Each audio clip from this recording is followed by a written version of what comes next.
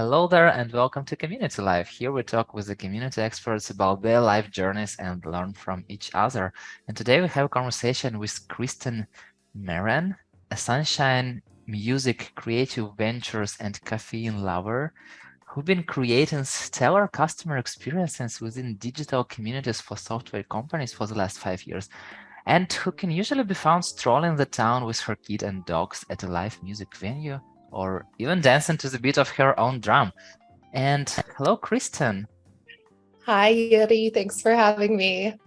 I'm super excited to finally meet you. And tell me this, like dancing to the beat of my own drum. Tell me more about it. It's kind of the story of my life. Like, since I was little, people are like, oh, Kristen just does her own thing. And when I was younger, I used to get in trouble for it. And now that I'm older, I realize that creative ideas are actually really good. So I've just kind of embraced that I dance to the beat of my own drum. I'm not super hung up on following like rules and guidelines and things like that. I thought that you will tell me a story about the real drum you have and when you doing some beat and I don't know, you got it from some African shamans or something like that, but Oh, I wish that would be a way cooler story. But sadly, even though I love music, I'm not musical. I don't play any instruments. It's just a metaphor that I beat to my own drum. I understand. Did you ever play any musical instruments? I did clarinet when I was in fourth or fifth grade, and I wasn't that good. And I loved music, but I just never, it's not my thing. I'm more of a writer than a musician. So that's my superpower. Okay, and where is your love to music from? Since I was a kid, my parents always took me to concerts and music festivals. I remember road tripping and like my favorite songs that, back then it was a mixtape. Yeah. My favorite songs being on mixtape. And for me, as I got older, it was just really like an escape because I don't really know where I fit in. But I knew that I felt really happy when I saw live music. Did you create your own mixtapes? Yeah, me and my brother were so good at that. It's a lost art. I mean, you can make a playlist now, but it's not tactile. Like you can't like give someone I don't know, it's just different. How did you do it? Record a mixtape?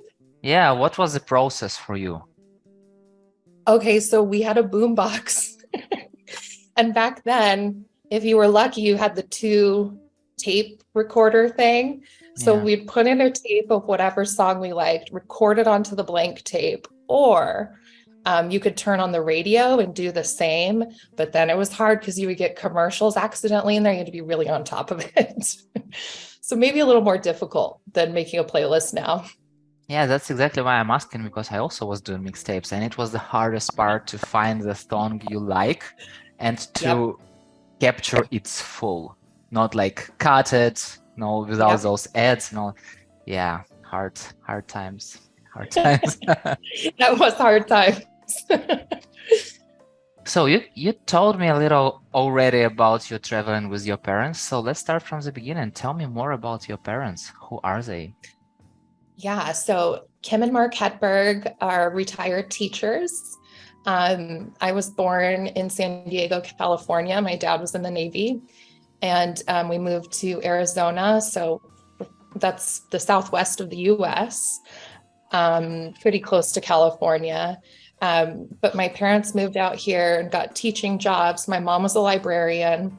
I think that's a big part of why I'm so nerdy. Like there was a very nerdy like feeling in our household, like always checking out books. My dad would make like Halloween into like a project. He'd be like, let's make a graph of the different candy that you got before you can eat it.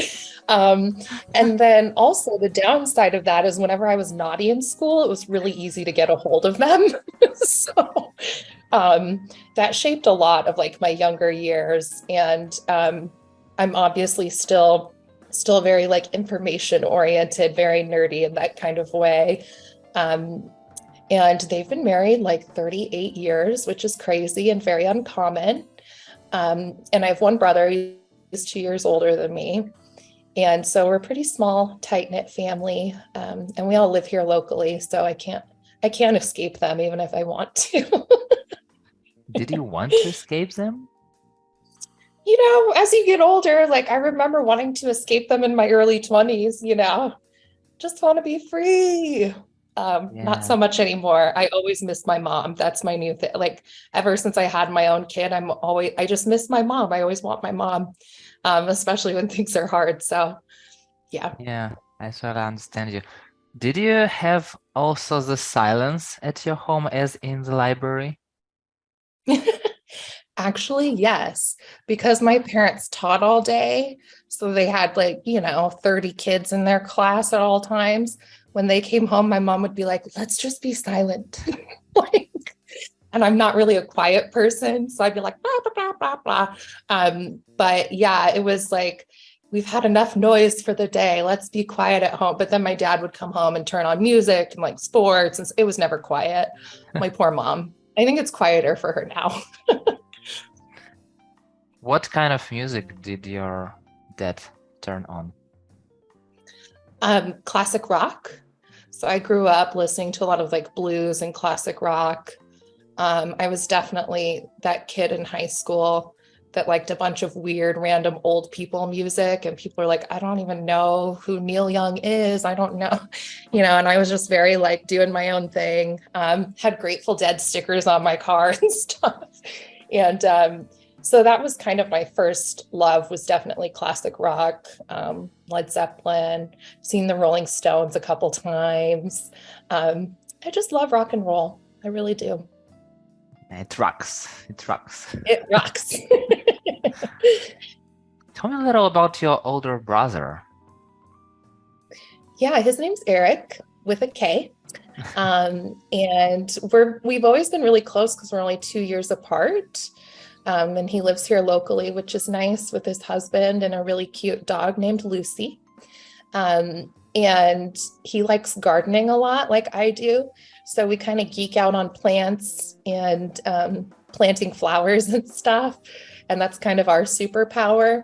And yeah, I hope he becomes like a full-time gardener in his life, because I just don't have the time right now, but that seems like such a fun job, right? Like, just, I almost said building plants, not building plants, planting plants all day. Sounds very fun to me, very soothing. Yeah, plants and communities, building plants. I totally understand you. It's kind of Yeah, intersected. So that's anyway, right. and what do you like the most about planting? It's very like a calm, meditative, consistent thing. Like you have to, even after you plant the plant, you have to water it every day. You can't water it too much. You can't water it too little. Here in the desert, you have to be mindful of like shading your plants, or this time of year, bringing them in when it's freezing outside. And so for me, it's become like a really calming, like soothing practice. Also, if you've never put your hands in dirt, there's something very like tactile, like it feels good. And it's very like connecting and grounding for me. And that's why and I can put my music on really loud outside and then just jam with my flowers. Yeah, do you have favorite flowers? Yeah, sunflowers. And sunflowers have a related sister cousin flower called a zinnia. Mhm. And it's like a sunflower, but pretty different colors. And they're very big, hardy, like big bloom, very happy looking flowers. And they can survive in the desert. Yeah, is it because they can survive in the desert, their favorite flowers? Probably the only ones I don't kill. Yeah, I I mean, understand you. truly, gets so hot in the summer here. Sometimes you can't save the plants even if you want to. So yeah, that's probably part of it. Those are the only flowers that last through the whole summer here. I totally understand you. Once I came back home, like after 6 months being out, and we had only one plant survive, and I was like, "This is our plant. This Yep. is our plant." Yes. it's your baby. What can you, I mean, and you get attached to them. I have this one, I don't even know the technical name. It's called like an elephant plant. It's like very viney.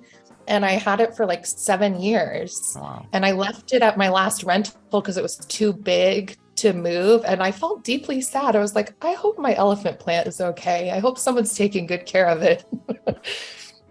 But history, you never know what happens with it. Nope. Uh, Who knows? I understand. Once you tweeted that tried to convince my dad that him asking me to consider being less impulsive is like me telling him to be less conservative, and it almost worked. So tell me more about your debates with dad. Oh my gosh. My debates with dad went from kind of like rough to more constructive in the last few years. As I mentioned, he was a military guy.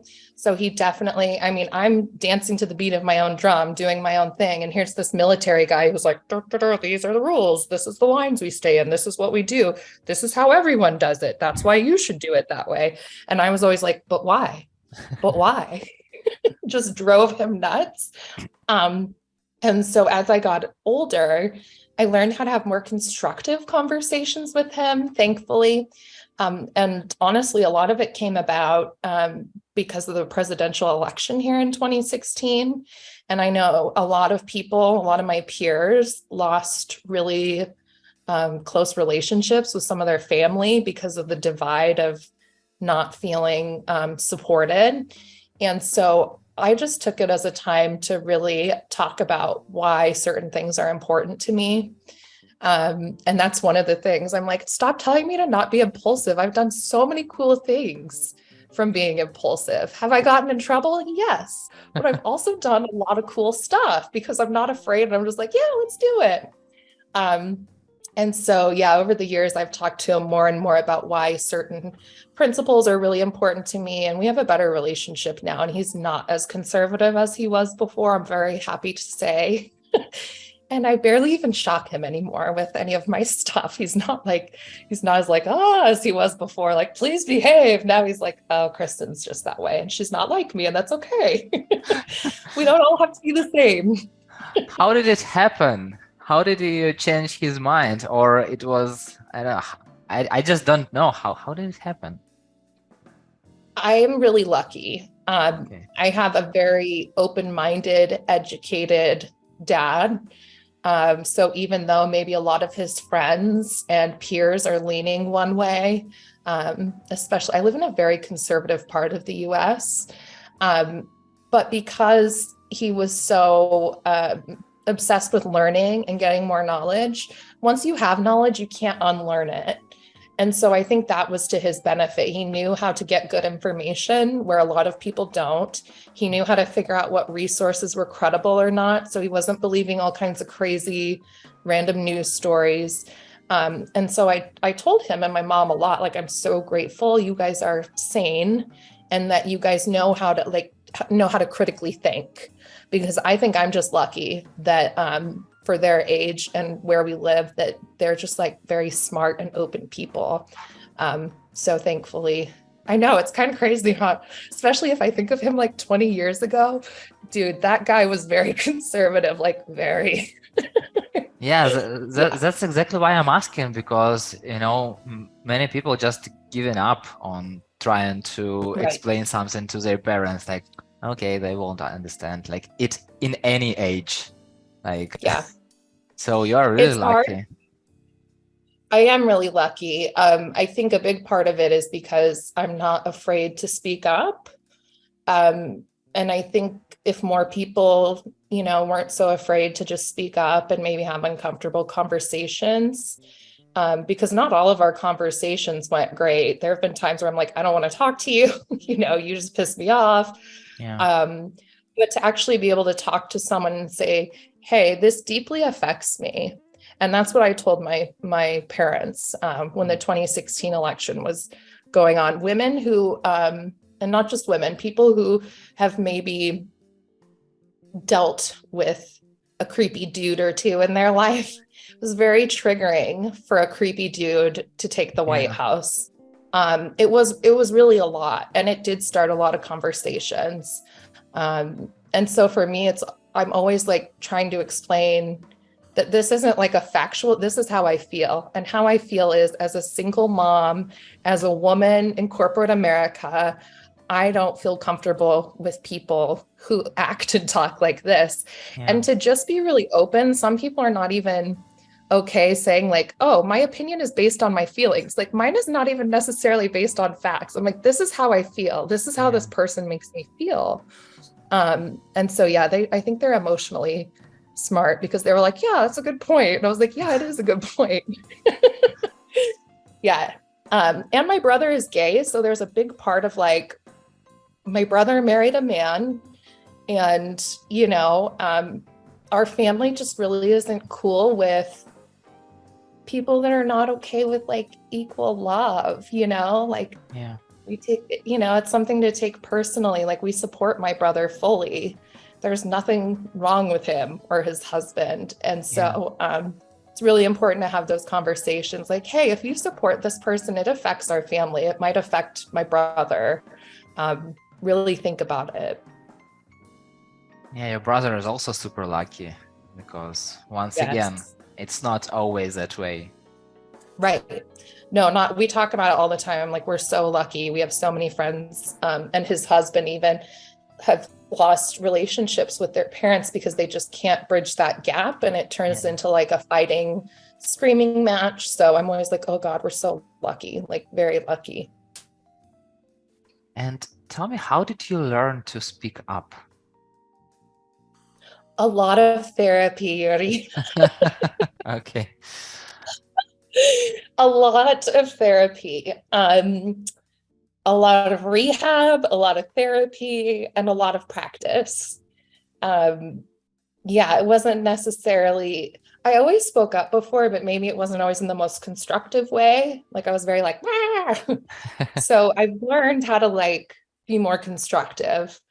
Um, and yeah, I think a lot of that to good therapists and good, groups I've been a part of that have helped me.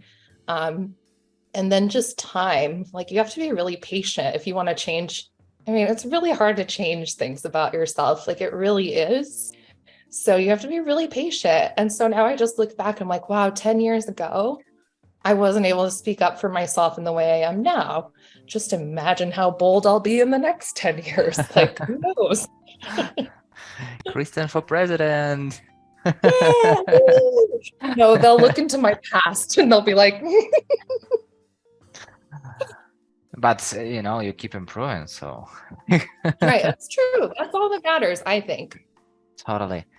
So let's move a little back to yourself. And from what age do you remember yourself? Like 10-ish. I don't remember a lot before I was 10. Yeah, I don't know if that's weird. Like, my brother remembers, he tells me things all the time, and I'm like, oh yeah, that sounds like that could have happened. Yeah, and when I was 10, it was after we moved from San Diego. We moved here to Arizona. So it was kind of a weird time, like trying to make new friends and just getting used to a different place. And yeah, now I've been here 25 years and I'm like, wow, I can't believe I used to be 10 and now I'm not. How did you feel when you had to make new friends in a new place? It was really overwhelming for me. I seem like an extrovert, and a lot of people think that. But I am an introvert. I just like talking to cool people. Like, if someone talks to me, I'm like, cool, let's talk. But to be the new kid is very stressful. And my son just went through it this year. We moved, and I was like, hey, I moved in 4th grade too. And like, this is going to be really tough. It's a little harder than when you're younger. When you're 5 and 6, you just look to the people to your left and right and play with them. It's not that way when you're 9 or 10. So I just remember it being like a very interesting learning experience. I also found out that me and my brother did not have cool hair or cool clothes. So we kind of got made fun of, and it was just like, oh, just trying to like figure out how to fit into a new place. Yeah. And tell me more about you being a nerd. Hey, I always tell my son, I say, nerds always make it out on top. Always be nice to the nerds. So I was in gifted education my whole life. So like the smart nerdy kid class or whatever. And so there was a stigma around that anyway. Like I was seen as a nerd by my peers. And then just like every year I got more and more nerdy. So like by the time I got to high school, I'm in all of these, advanced classes and things. And I joined the newspaper club. Well, it's not a club, it was a class. And that's like the nerdiest thing you could do is write for the school newspaper. Shout out to my friend John Wishart, who was also on the newspaper team and now works for Koros. He's another community nerd, which is really funny. I'm like, we were writing content when we were just like 16 and 17. Like we wrote half the whole paper. Like it's crazy. So I was definitely like a writing bookworm nerd. Yeah, and I never thought there was anything wrong with it. I just figured, I may not be cool now, but at least I'm not peaking in high school. I'll be really cool when I get older. What you were writing about? In the school newspaper? Okay, so I had a column called Now and Zen with Kristen, and it was like mindfulness tips and tricks. And then me and my best friend Courtney had a column called the Indie Flick Chicks, and we would review indie movies. Mm-hmm. And I did the horoscopes. That was my favorite one. So there's like some, research that goes into it, but also being a teenager, my best friend's boyfriend broke up with her. So obviously that month in his horoscope, we were like, your new flame will never compare to your old. Like, just doing like really silly stuff like that. Yeah, I think of those types fondly. I would love to write for a newspaper again someday in my life. Did you make horoscope out, or you, I don't know, found it from some resources? I wrote it myself. And it was the funniest thing because that was the only part of the newspaper kids would read. Yeah. So imagine you're a teenager, you don't care about like whatever, school news, local, whatever. So they would always go straight to the horoscope and it would always just make me laugh. I'm like, I wrote that, like I just made it up. Yeah. Mm-hmm. Did somebody ever come to you and told like, you wrote this and it's really happened? How would you know? I think so. I had people be like, you're really good, even if you're not trying that hard. Wow. And I was just like, the way horoscopes are written is kind of general and vague anyway. And I was really smart like that. I was like, okay, I looked at other examples. I maybe did a little research, like what are characteristics of a Virgo and a Pisces or whatever.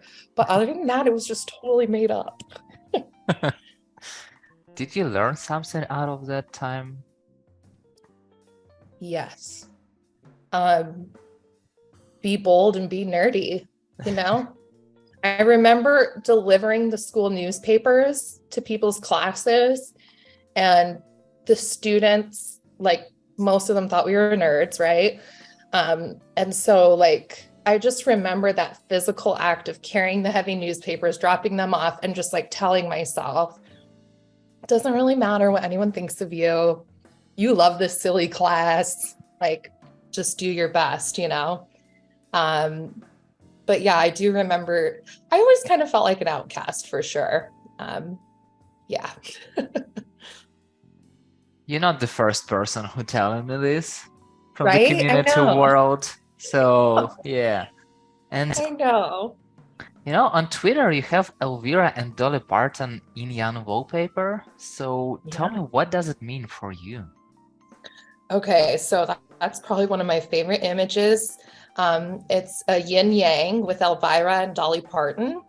And it just really speaks to me because I'm like a little bit goth and a little bit Dolly Parton. For me, Dolly Parton is definitely like, to me, she's like a national treasure. She's one of my favorite people.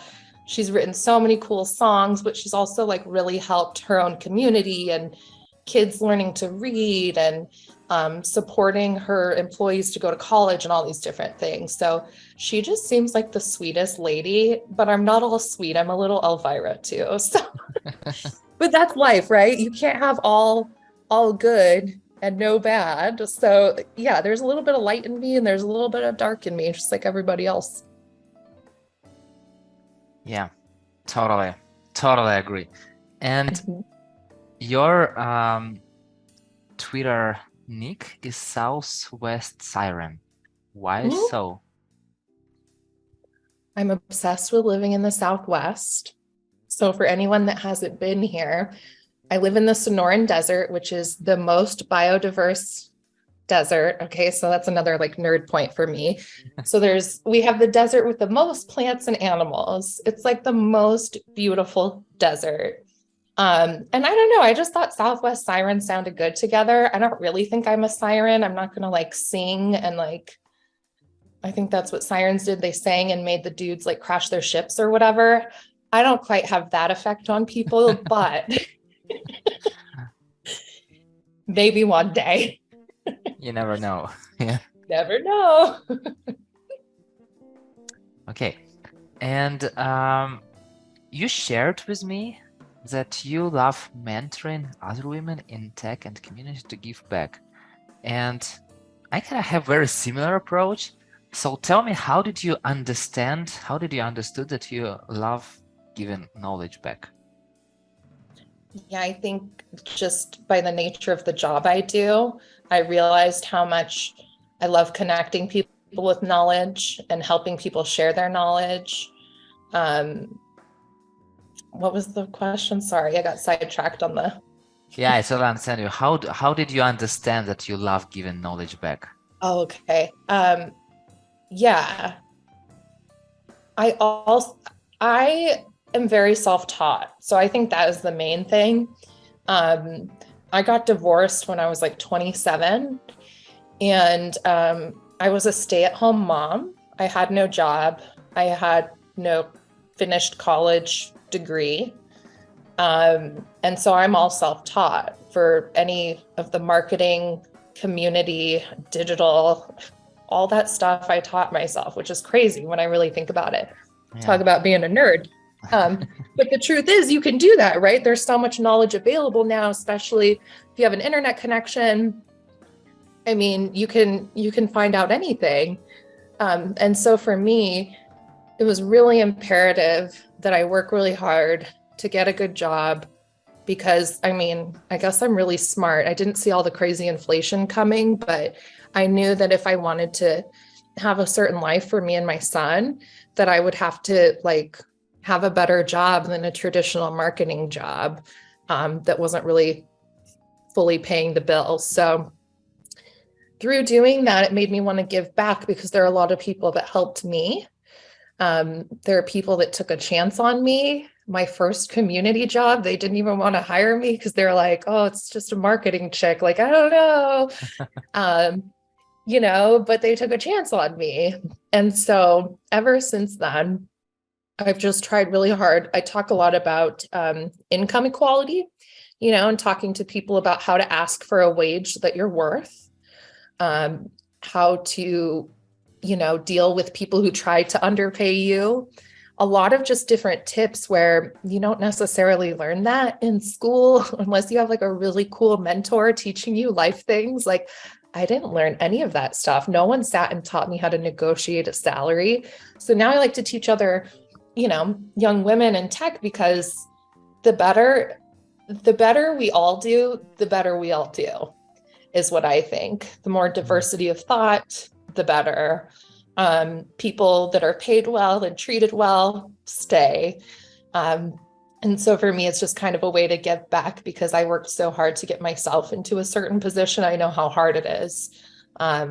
So yeah, I like to support any way I can. I take little coffee talks throughout the month. I help people prepare for interviews. I'll look at anyone's resume, it's not something that takes a huge amount of time, but you can actually give back quite a bit if you just spend like an hour a month. How can anyone have you as a mentor? Anyone? Not like anyone, but I mean, how can people have you as a mentor? Yeah, message me on LinkedIn. Um, I think that's the best way to get a hold. It used to be in community club, but I feel like LinkedIn is just popping off these days.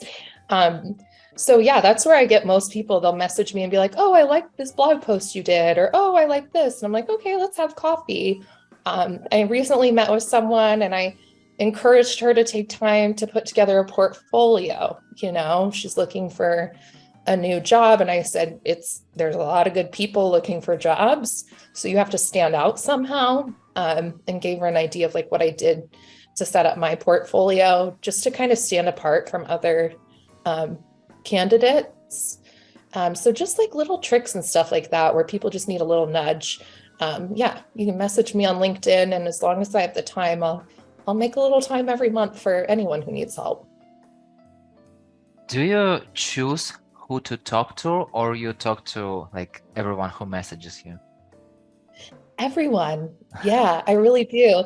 It's usually community people, I've had a few different people that I'm like, oh, this doesn't sound like a good fit, because it's more of like a salesy thing or whatever. But for the most part, it's like, well, you know how community people are. They're so organic. They're like, I really love the knowledge you shared. And I'm like, cool, let me share a little more with you. And yeah, I think that's probably the best way is to ask questions, meet new people, be willing to take advice from people that maybe are in a space where you want to go or whatever. And yeah, I don't have any like very formal mentees. I would say my most formal mentee would be Maggie from the Talk Base Ambassador Program. I know Maggie. And Everyone knows Maggie, so yeah. everyone knows Maggie, right?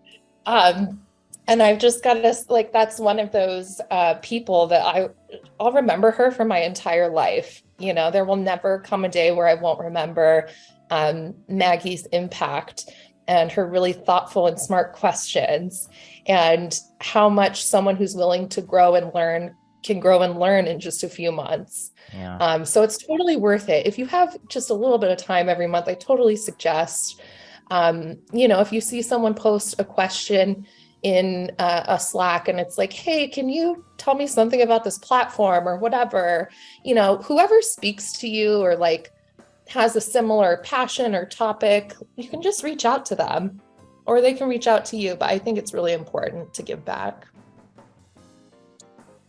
100% agree. So yeah, I was just giving a speech about personal brand and helping people, all the stuff. So like word in a word what you are saying. So I understand you.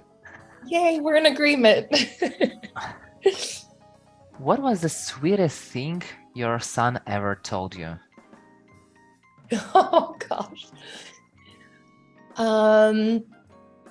It was actually probably recently. So last year, like a lot of people, I went through a layoff. I also happened to go through a breakup at the same time. And we were living I know, that's how life is. They're like, oh, let's just pour everything on all at once. So it was like, hey, you don't have a job. Hey, here you are more. Yeah. All alone. Yeah. Because we lived together and there were kids involved. And so it was like a very emotional time. And I realized that I felt very grateful that the way I talk to my son and the way I treat him is sinking in, because during those times he would just say, like, he would come and just pat me on the shoulder and be like, it's going to be okay. It's not okay now, but it'll be okay. You need anything, Mom? Like really just like a little man, and it was just, I remember it fondly, even though it was a really shitty time, because I was just like, this is part of being an example of like, even when things are really awful, he can't just like give up and, like I would tell him how I was feeling. Some days I'm feeling better than others. Some days I'm a little stressed, but I know I'm going to get through this. And so to hear him kind of reflect and talk that way to me, I was like, oh, wow, maybe he won't have to go to as much therapy as I did to learn how to talk. Yeah, Yeah. maybe. I, yeah. And do you talk a lot, like about, I don't know, stuff about, do you share secrets with each other? Like, do you have some, I don't know, coffee time together? How it works for you? With me and my son. Yeah. Yeah, we do a lot of goofy things together. So I'm very like a hands-on kind of person. Like for instance, we built a boat out of a cardboard box. We go on bike rides a lot together. And so we have a lot of like inside jokes and things because it's just me and him. I don't have any other kids. I don't have a partner. And so it's really funny because we're just super in tune with each other because it's just the two of us.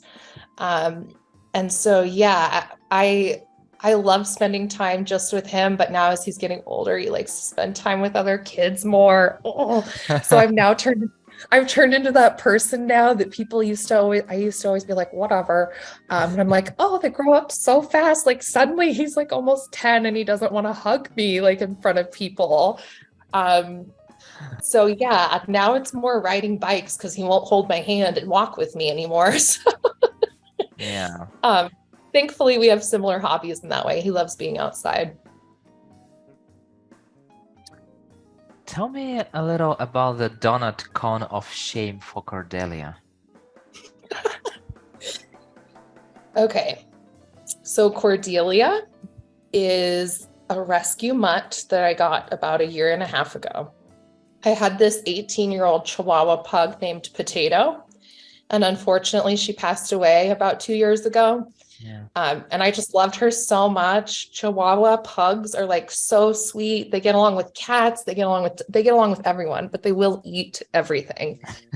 So I found this silly looking dog at the shelter and I was like, I'm going to adopt her. And she's a Chihuahua pug also. And she's really mischievous. She has like health problems. She's just so high maintenance, way more high maintenance than my kid.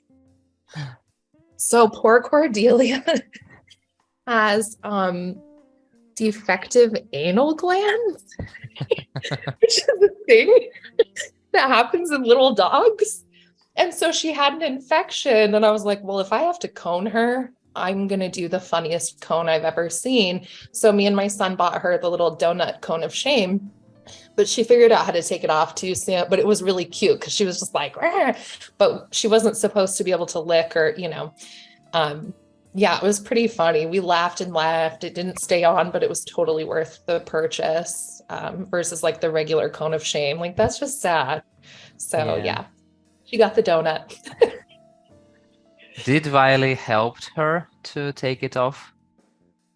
No, actually, I have a video of them just like him sitting there watching her go. And he's just sitting there like, what is wrong with her? As you can see, he's so not Yeah. bothered. Like, what is wrong with this crazy little dog? Like, I'm just like this old cool guy. Yeah, he thinks she's ridiculous. The calmest guy ever. Yes, he is. I know he's always there snoozing on all of my calls. Tell me one fun fact about each of your dogs. Okay, this is really fun. I DNA tested both of my dogs. I mean, I don't know because I'm a weird dog person. So Cordelia, the little one, I wonder if I can get her to come here. Cordelia. Oh yeah, yeah. She's That's how it works. so she's a Chihuahua pug, but she's also a pit bull. Oh, And she's 18 pounds. So like obviously this is not a pit bull, but you can tell by like the spots on her tummy and her like pit bull coloring. yeah, and those muscles, So yeah, and she's very like ripped and like, athletic. So I just got his DNA results back. He's also part pit bull. Like, and I'm like, what? They're like tiny dogs. They're like not. So now we keep making jokes like, don't tell the landlord you have 2 pit bulls living at your house. Like, but really they're just like tiny, calm dogs. So I think that's the funnest fact. Whenever people are like, what kind of dog is that? I'm like, it's definitely a pit bull. At least for some part, yeah. Yeah, at least like 20%. Wow. Long time ago, you tweeted that you thought cotton came from sheep. So, what did you feel at that moment you knew cotton was not coming from sheep? This is probably one of my most embarrassing stories ever. In like high school and early college days, I worked a lot of retail jobs. So I got a job at this very like hoity-toity place called Nordstrom. And so I'm like training and I'm getting all of this, like, this is made out of like classic cashmere and this is blah, blah, blah. And so my new boss is literally telling me these shirts are made out of three-timed combed cotton. And I said, do they comb the cotton on the sheet before or after? And she looked at me and she was like, cotton doesn't come from sheep. And I was like, oh my gosh, you're right, it doesn't. And then we had a good laugh, but it was really embarrassing. It was one of those moments where I was like, could have just not said that out loud. I could have just kept that to myself. Yeah, it's kind of, if somebody is telling you that Santa doesn't exist. So, Yeah, it was like a light bulb moment for me. I was like, oh, wow, my whole like worldview shifted. I'm like, holy cow, how did I not know that cotton was a plant and not a sheep? by the way, Embarrassing. does your kid believe in Santa? No, I never taught him about it. So my ex-husband is Jewish. And I don't have any kind of religious affiliation. I'm also very practical.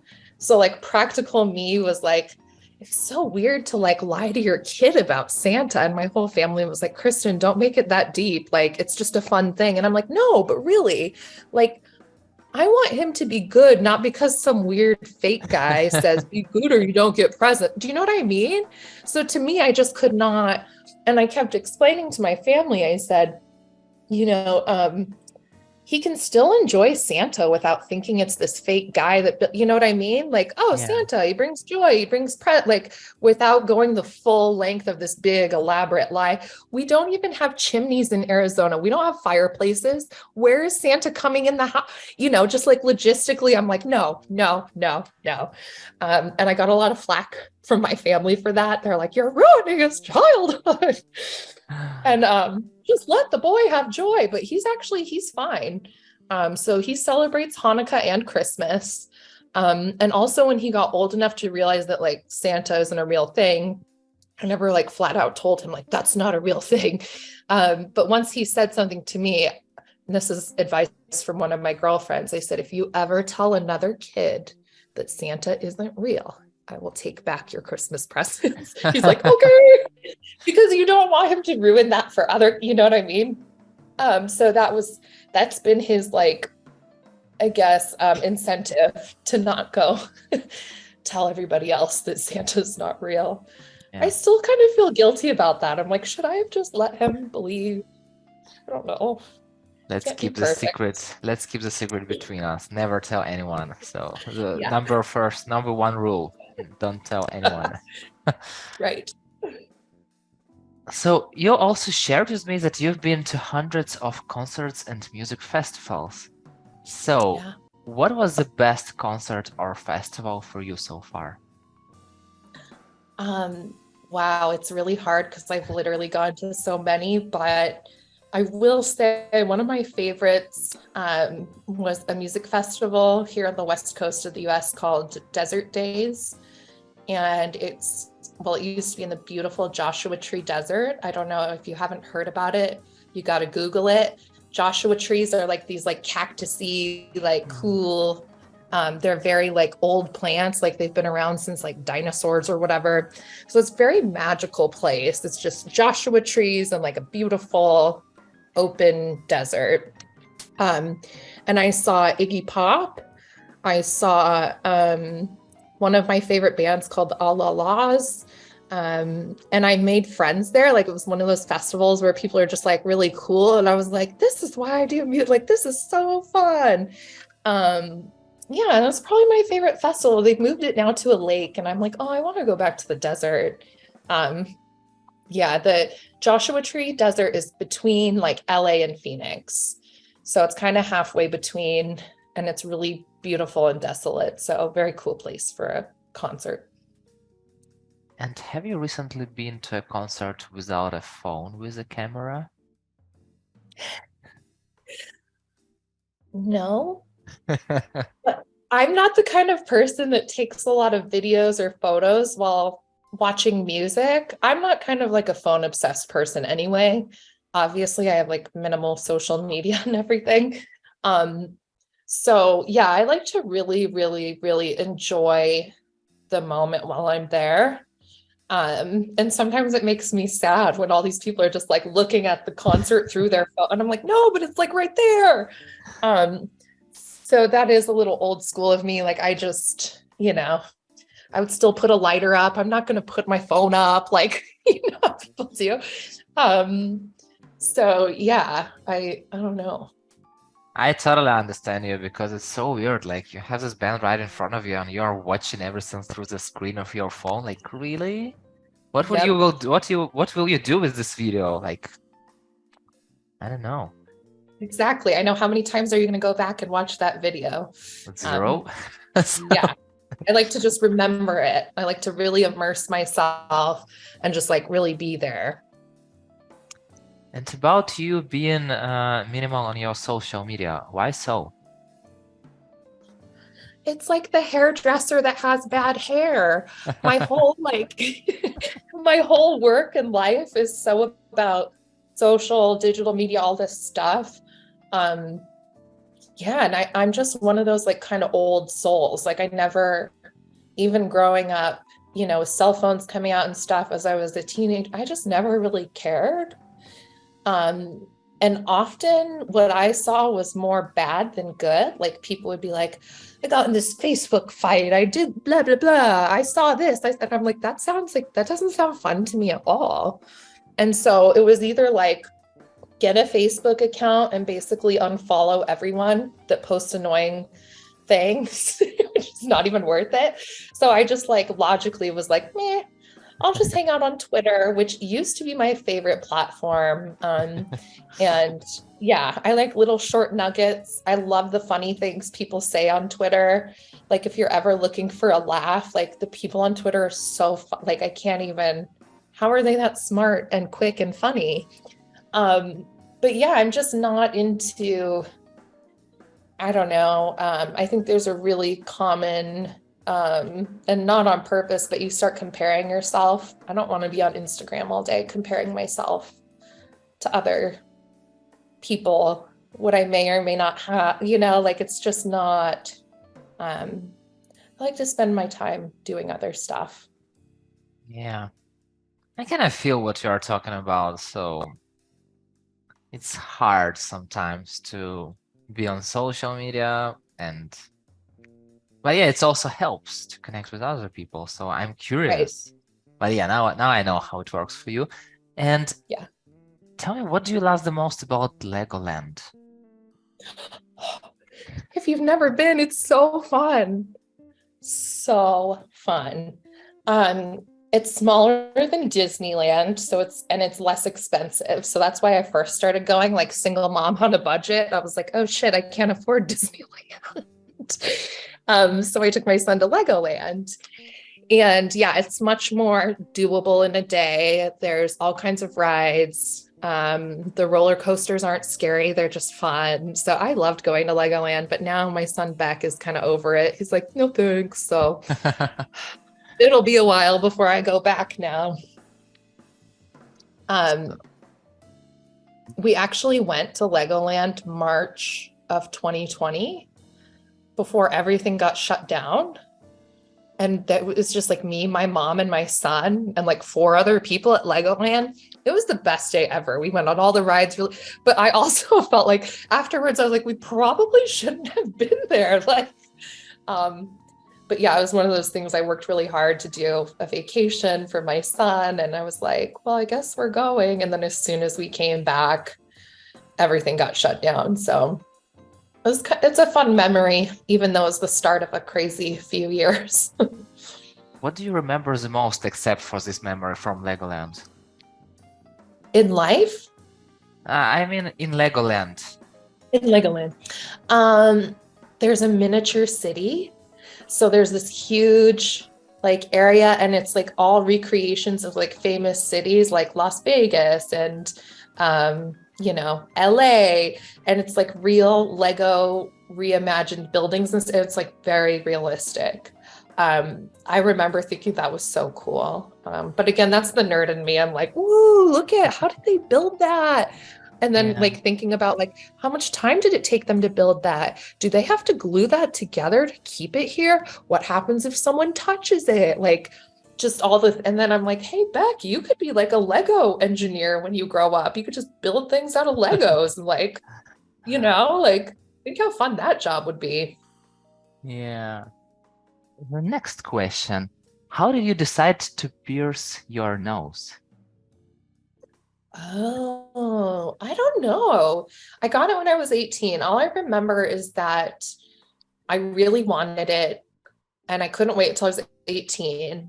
And at first I had like a little stud, but the stud kept falling out and I had to get my nose re-pierced 3 times. So then I finally put a hoop in and I was like, okay, this will actually stay. And yeah, I also had my septum pierced right here at one time, like back in my very metal days. But that was a weird one. That was really painful. Like, you know how your eyes water when your nose hurts or whatever? When they pierce right there, I like just water rolling down my face. Yeah, so that one, I don't know. A septum piercing is cool though, because you can't see, once you take it out. So my family was really bad about that one. They're like, you ruined your face. And I said, no, I didn't. I can take it out when I get tired of it. But the nose ring, even though I lost it so many times, it just kept coming back. I feel like it's just part of my look now. Yeah, I just wonder why, because it's so painful. So, I have a really high pain tolerance, very high pain tolerance. tell me you have a high pain tolerance without telling this. Yes. Like, yeah, I have nose piercing. Yeah. Yeah. I'm telling you though, the septum was way worse than this. Like that was crazy. But I didn't cry. It was just like the water running down my face. Yeah. Well, a long time ago, you tweeted that everything you need to know about humanity can be observed at a Starbucks parking lot in the morning. Tell me more about that. I think this is a uniquely American problem. So I make my own coffee, but God forbid, like the one day I was out of coffee, I remember going to Starbucks and the clusterfuck that is Starbucks in the morning. Angry people, a huge line. Like it was just like, I just remember thinking, and I haven't really gone to Starbucks since then. Like I make my own coffee all the time. So it's just really funny. I just remember thinking like, I don't like this about people. I don't like the pushy, like being in line, like the line's so long, you can't even get in the parking lot. People are ordering like, it's not even coffee. It's like basically a sugar drink. I'm like, what is this? This is so America though. Yeah, I don't know. I try to visit local coffee shops as much as possible. Not that there's anything wrong with Starbucks, but yeah, I think if you go to a Starbucks in the morning, you'll see a whole lot of humanity for sure. You see a little bit of everything. Do you have a favorite local coffee shop? Local coffee shop? Yep. Yeah, called Coffee Rush. And I've been going there since I was 12. And it's these brothers from Jordan. And this is really nice. They used to always call me pretty girl. So of course I liked them. Definitely, um, like. right. I was like, okay, I'll come back here. You guys are nice. And not in a creepy way, just like, hello, pretty girl. And I'm like, oh, hey, that sounds nice. I like that. They make the best Italian sodas. They have really good coffee. And they have really good patios. So here it's nice outside, like 9 months out of the year. So a good patio is definitely mandatory at a coffee shop. Yeah. Once you shared the story when you offered an apple to a man holding a hungry anything helps sign, and he said, "Miss, I don't need an apple." How did you feel at the time? I remember that day so vividly. So I'm a person who always has to have breakfast and snacks. So I was driving to work. I'd already had breakfast, but I had an apple in my purse because I always have an apple in my purse. Like I just always do. Also, being a mom, random snacks and stuff. So I see the guy holding the sign and hungry, anything helps. And I'm like, oh, here. And he was not happy. And then I remember this is back when I smoked cigarettes. So I was like, oh, do you want a cigarette? Like, he was like, I don't smoke. I was like, okay. Later I reflected on that though. And I've talked to more people that deal with homelessness. And a lot of them don't have great teeth. And so he could have taken offense to the fact that I'm like, do you want this apple? He's like, no, I can't fucking eat this apple, lady. So it did make me think twice again, like when you're trying to help people that need help, to try to give them what they need, or, I like giving people money because then they can do what they need to do. It's like it brings humanity back. So yeah, I've never offered an apple to anyone experiencing homelessness. And so I was like, oh, I did something wrong. Yeah, but you're a nice person, because other people would have thought like they're bad, they didn't get my apple even though they asked for food. So I am one of those people that's very keenly aware that I could just as much be that person, um, with a few different circumstances. So I'm always the person, even though I'm always scared, like my friends and my family, that would always talk to someone who wandered up to me at the gas station, to have that humanity when someone says, hey, do you have $1, to say, no, but good luck. I really hope you find it, instead of acting like the person doesn't exist and like, look away, don't make eye contact. Like I don't do that. They're just as human as I am, yeah. Yeah. So I've always kind of been that way. Human first, I totally agree. Yeah. Why don't you like rain? I'm a sunshine person. I call myself like a sun worshiper. Like I literally love the sun. And rain is nice. I like it like 2 days a year, but that's about it. When the sky is gray, I'm like, oh, this is sad. Like, where's my sun? Like, it's just a preference. And I thought about moving to Portland at one time, which is a very rainy, kind of cold, damp, and dark place. And I'm actually really glad I didn't, even though it's a really cool city. I think it would have made me deeply sad. I remember when I was a kid, my parents took me on vacation to Chicago, and similar, like very gray, very cloudy, very rainy. And my mom always says that I was like 9, and she always jokes about how on our last day there, I was like, I can't wait to go back to the sun. I hate these gray skies. Oh, like, so I've always been like that, like just following the sun, How do you usually spend rainy days? Oh, snuggled on the couch with my dogs. It feels like the best days ever, Yeah, that's the one reason I like them, is where it feels like I could stay in bed all day. I open up my windows and just look out the windows. But yeah, more than one day of that, I'm like, okay, that's enough. Tell me that you love swimming without telling me that. Oh, that's hard. How do I tell you I love swimming without telling you I love? Um, oh, I'm like a mermaid. That's part of the Southwest Siren thing. I think of myself as more of a mermaid than like the lady that sings people to death. Um, yeah, and in the beginning of the pandemic, I had really long mermaid hair and I colored it pink because I was like, I'm never going to see anyone for a couple of years. Um, and so, yeah, I just started telling people I was a mermaid several years ago. And I mean, that's probably a good way to say I like swimming. I'm a mermaid. Yeah, totally. I'm just, and still, you had, I don't know, maybe Zoom meetings. What people asked you, like how they asked you about pink hair? This was an interesting one because yeah, my hair changed a lot and then I kept cutting it shorter and shorter and then I just shaved the bottom half of my head. So every week people would show up to meetings and be like, is that you, Kristen? And yeah, they really liked the pink. They thought that was cool. But I did actually have one of those like weird professional moments on a team meeting. And it was, after I'd changed my hair 100 times and I won this really cool award and I was really excited.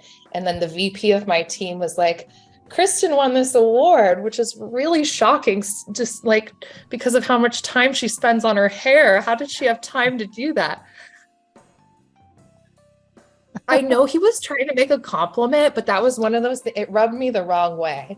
And I went directly to him a few days later and I said, hey, and I was crying. So I was like, sorry, I cry when I'm upset, but I just need to tell you, like, as a, woman in corporate America, where my contributions have not necessarily been taken seriously, the first time I win this big award, and in the same sentence, you mention how much time I spend on my hair. And Yeah. he was like, oh my, you could see on his, like, he was like, oh my, I'm so sorry. Like, I have a daughter. I was raised by a single, like, I'm so sorry. And I was like, it's cool. Like, I just needed to tell you because it really rubbed me the wrong way. And sometimes you have to take into context, like, people's experience. And my experience hasn't always been great with men in power in corporate America. And so to finally have like a big accomplishment, and then it came back to my hair, I was like, no, we're not going to do that. What we're not going to do is bring up my accomplishments and my hair in the same sentence. Yeah. Yeah, so that was a growing experience to actually sit down with the VP and be like, you really offended me, dude.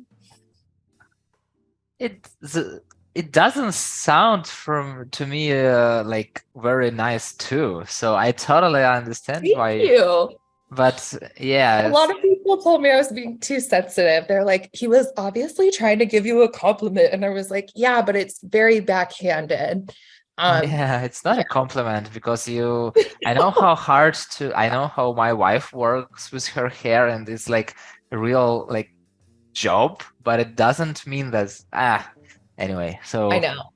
I know. It really rubbed me the wrong way, but that was one of my I would say one of my defining career moments, because it was one of those times where I realized I don't have to be scared to talk to someone in power. It's way better for me to get this off my chest than to sit here mad for the next 3 months and want to quit my job or, and so it was very uncomfortable, but I like to think that he and I both will remember that conversation and have learned from it. I think since then, this leader has probably been more conscious. He had a lot of women on his team. So I think it was better that I said something than if I didn't. totally. And you spoke up, and that's exactly how you learn because, sometimes I also had this not exact same experience, but when I was telling people something I think is good, but it was bad, so you never know, and it's so hard to be right all the time. So Yeah. you made a really great thing that you told him about that, because that's how he learned also. Yeah. Yep, that's what I think. He'll never forget that conversation. Totally. Are you afraid of scorpions? Yeah. Who is it? Oh, I call them desert lobsters because they kind of look like lobsters with their little things, you know? Um, yeah, they're really, really gross and creepy. And it's weird here. They're in like little pockets. Like there's no scorpions where I live now, but in just the town over, it's very like scorpion heavy. So, um, and if you come out here and you go to like any of the souvenir shops and stuff, you can get like a scorpion lollipop or like it's really weird. It's so weird. Ugh. What made you Google how to kill a scorpion?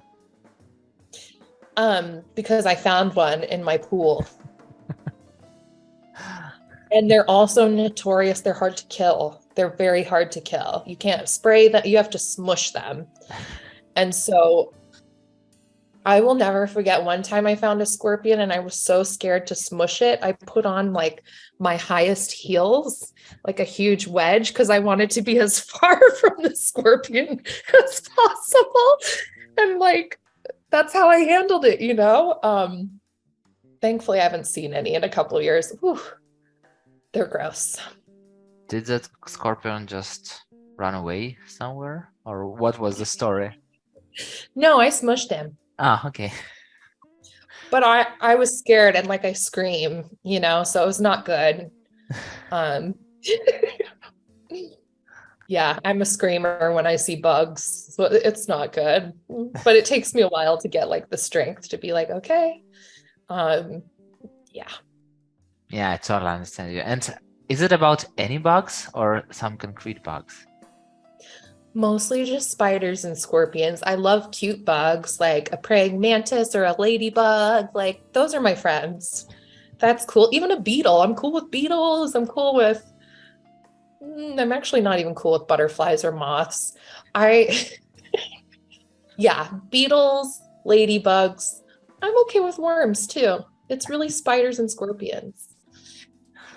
Yeah, anything that can bite you. So I totally, Right. yeah. Mhm. I wonder why there is a Spider-Man, but it's never a Scorpion Man. But Right? No, I thought the same thing because the scorpion is so much more like aggressive. and Make a really cool costume. it's kind of have this Scorpio Man or something like that in some of Spider-Man series, but it's not a Scorpio Man. I don't know why, but anyway, so weird. Yeah. You know, Kristen, I really wish to have the sky as a limit to our conversation, but time is the limit. So let's jump to the rapid fire questions. And are you ready? Yeah. I'm ready. Friday or Sunday? Friday. Elvira or Dolly Parton? Dolly Parton. What are your favorite color and song? My favorite color is orange. And my favorite song is a disco song called Ain't No Stopping Us Now by Whitehead and McFadden. It's like a very pump you up song. If you were a superhero, what superpower would you have? Super writing. I can write really fast and good. So you already have this power. Yeah, just no cool like name or costume yet. Okay, got it. So just costume, I understand. And who do you learn from in the community world? And name one person for now. Only one? For now, only one, yeah. Okay. I would say Tiffany Oda. She's someone I've looked up to before I even met her. And now that I get to work for her, it's like I was saying how important mentoring is. It's like having a really good mentor there all the time. Yeah. And yeah, that's always my biggest piece of advice for young people, you know, anyone starting, they're like, find someone really solid that you look up to, that you can aspire to be like. And you never know, one day you'll wake up and maybe you'll be as cool as Tiffany Oda. You never know. I think that you are already as cool as Tiffany Oda, so Probably because I work with her. She wouldn't hire a dork. I'd tell you that much. Totally. So, name two people whose community life journey you would be happy to hear. I would love to hear from someone on the Alteryx team. We just did a community tour. Their team is so robust. They have like developers on their teams. They treat community management almost like a product management. And so there's a lot of really smart, interesting people on that team where I would love to hear more about them. Do you have any names? Somebody Uh-huh. to Yeah. share? Leandra Naranjo, my friend from Higher Logic. We worked at Higher Logic together. And she's been doing community for almost a decade. And she's really, really easy to talk to and very lovely. She does the QA for Alteryx. Got it. Is there one question that I definitely should have asked you, but didn't? That's a good question. The hardest one, I know. Um, okay, here's one that I like to ask people, but it's kind of morbid. It's like a music lover thing. Like, what would your funeral song be when you die? So, it's a way to get to know someone, and I really like that one. I already have some picked out for mine. I want it to be a party. I don't want it to be boring. Pick your playlist. You never know when you're gonna go. I noticed this tweet and I really wanted to ask you this question, but I was like, should I do it? Or Yeah, like, it's a little morbid, it is, but for someone like me that loves music so much, yeah, I can't imagine any kind of gathering in my name that wouldn't have really cool music. So it's just a weird thing. Me and my mom started it because my mom is dark and weird like me too. And her funeral song is Shine On You Crazy Diamond by Pink Floyd, which is very epic of her. Mine is Move On Up by Curtis Mayfield, very full of horns and like very fun song. And my dad's is a Leonard Skinner song, I think. So we have it all figured out. yeah, I definitely have to use this question to ask other people, but like for the second volume, because I need to know to get people better first to understand should I ask it ever. But yeah. What do you want when you die? I know not everyone's going to be like, what are you talking about, Yeti? Like, oh. Yeah, I can imagine those conversations. So, I and can. I'm a pro at having awkward conversations. So I know how it works. I love having awkward conversations, but once again, you know what? One crazy thing that people from the US are teaching me is that you are not allowed to have awkward conversations all the time because it may hurt people. So you have to understand if there is a person who you can have this awkward conversation with. And it's kind of weird because if you have to think, should I have those conversations? You are lying to yourself. And it means you want to be open with this person. So I'm always like, how it works No, in the US.